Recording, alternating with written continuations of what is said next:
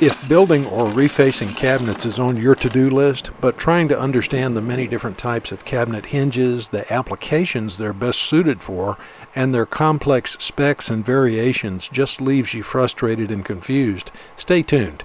In this video, we'll take a detailed look at all of these aspects, as well as tips for identifying and sourcing vintage hinges for restoration projects. All this and more right now here on Shop Tales and Lore.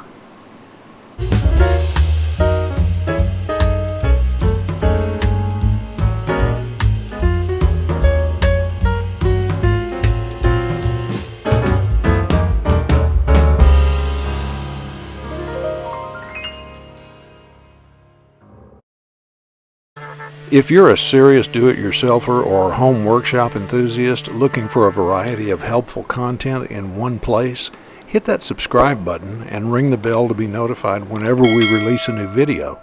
And if we've helped you today, please take a moment to like, share, and comment below. It helps these videos reach more folks, and your comments help others as well. Thanks again. The earliest cabinet hardware was little more than simple leaf hinges and turn-button latches, as seen in this example from the 1920s, when built-in cabinets were becoming more common in new homes. Note that the flat leaf hinges position the doors at the same depth as the cabinet face. This is called inset construction. Because these hinges are not adjustable, this method requires that each door be hand-fitted to its specific opening, a time-consuming process. This is why inset doors are generally seen only in high-end custom cabinetry today. In the days when kitchens were typically isolated from dining and living spaces, most people just wanted their cabinet hardware to be functional and weren't particularly concerned with what it looked like. But this all changed with the post-World War II housing boom, when more open floor plans transformed the kitchen from a utilitarian workspace into both a household nerve center and an extension of the entertainment area. Colors, textures, and a heightened sense of style moved front and center, and naturally cabinet knobs, pulls, and hinges followed suit. The first efforts in this direction were still basic leaf hinges, but with decorative shapes and finishes. We salvaged these from our first house, which was built in the early 50s. Their hammered faux copper finish looked great with the knotty pine cabinets and solid pine paneling that were so popular at the time, and they came in various shapes like this so-called HL type strap hinges, and later offset versions designed for overlay doors. They were attractive, well-made, and durable, but at the end of the day still were not adjustable, so that adjustments were possible only by either removing material from the door or filling the original screw holes and relocating the hinge. As the 3/8 overlay style gained in popularity, manufacturers made improvements like this large mounting plate to better support heavy cabinet doors. This example also has an internal spring that gives the hinge a self-closing action, but there is still no built-in adjustability. In the early 70s, the Amerock hardware company introduced its demountable hinges, which, depending on the specific type, allowed for 2- or 3-way adjustability of a cabinet door after installation. Basically, the door was held in place with clamp pressure applied by the hinge itself. This was revolutionary, but the approach did involve some advanced and sometimes tricky millwork prior to assembly. The system required milling T-shaped mortises into the door edge and, depending on the hinge type, potentially the cabinet face frame as well. This was done with specialty router or shaper bits having cutters on both the diameter and the shank of the bit. In its most advanced version, the demountable hinge allowed adjustment of the door vertically, horizontally, or for depth relative to the face of the cabinet. Demountables are in thousands of homes built during the 70s and 80s, so they are still available for repair and restoration work, but have been rendered pretty much obsolete by the more forgiving, easier to install, concealed European-style cup hinges. Most DIYers will probably never encounter this hinge, but I wanted to mention it because it's such an inventive and unusual concept. This is the spring-loaded self-closing hinge from the Youngdale Company of Rockford, Illinois. Designed for face frame cabinets, these have been around since the early 60s, and with their slotted screw holes, allow at least some range of vertical and horizontal adjustment. The kicker is that the hinge has a large rounded knuckle that must be mortised into the back of the door. The material is removed with a stopped cut on the table saw, but because the saw kerf is visible at the door's edge, today this would likely be considered a cosmetic drawback. But I think it's an ingenious idea that offered some adjustability at a time when there were really no adjustable alternatives.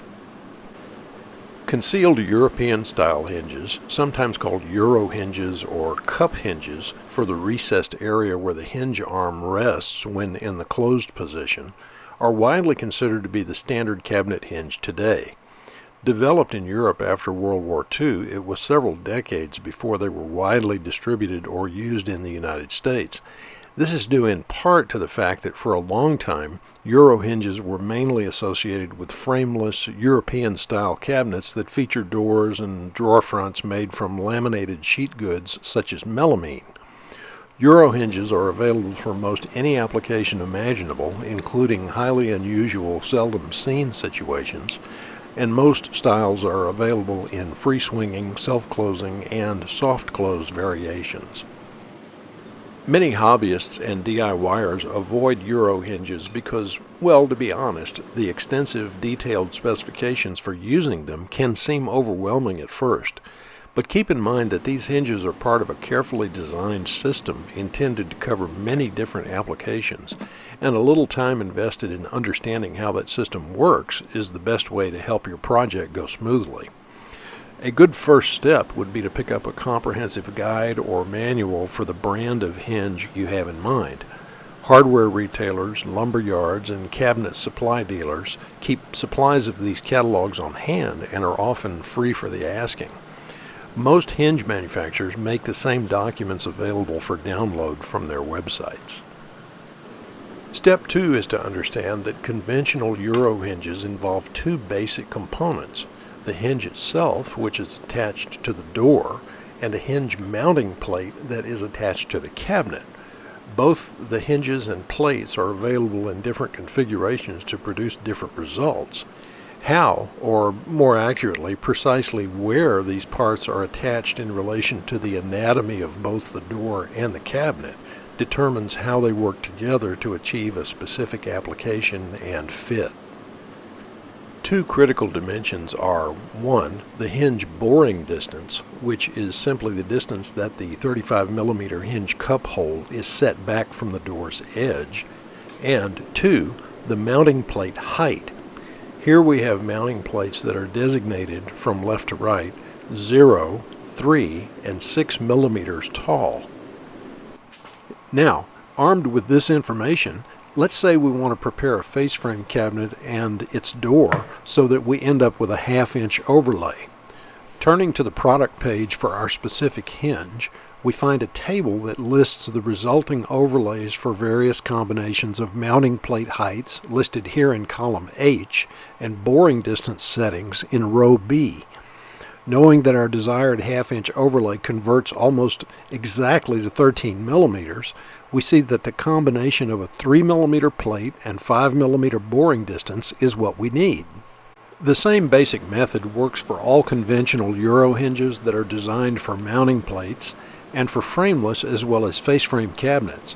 Just be aware that the values and options listed in the tables will vary according to the particular type of hinge being used.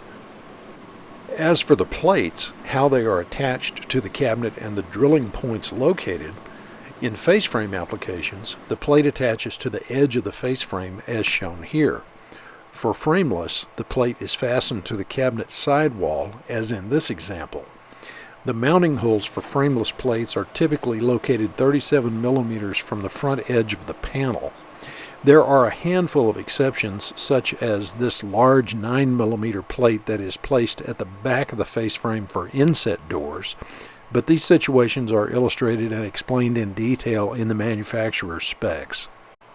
The orientation of the plates is important.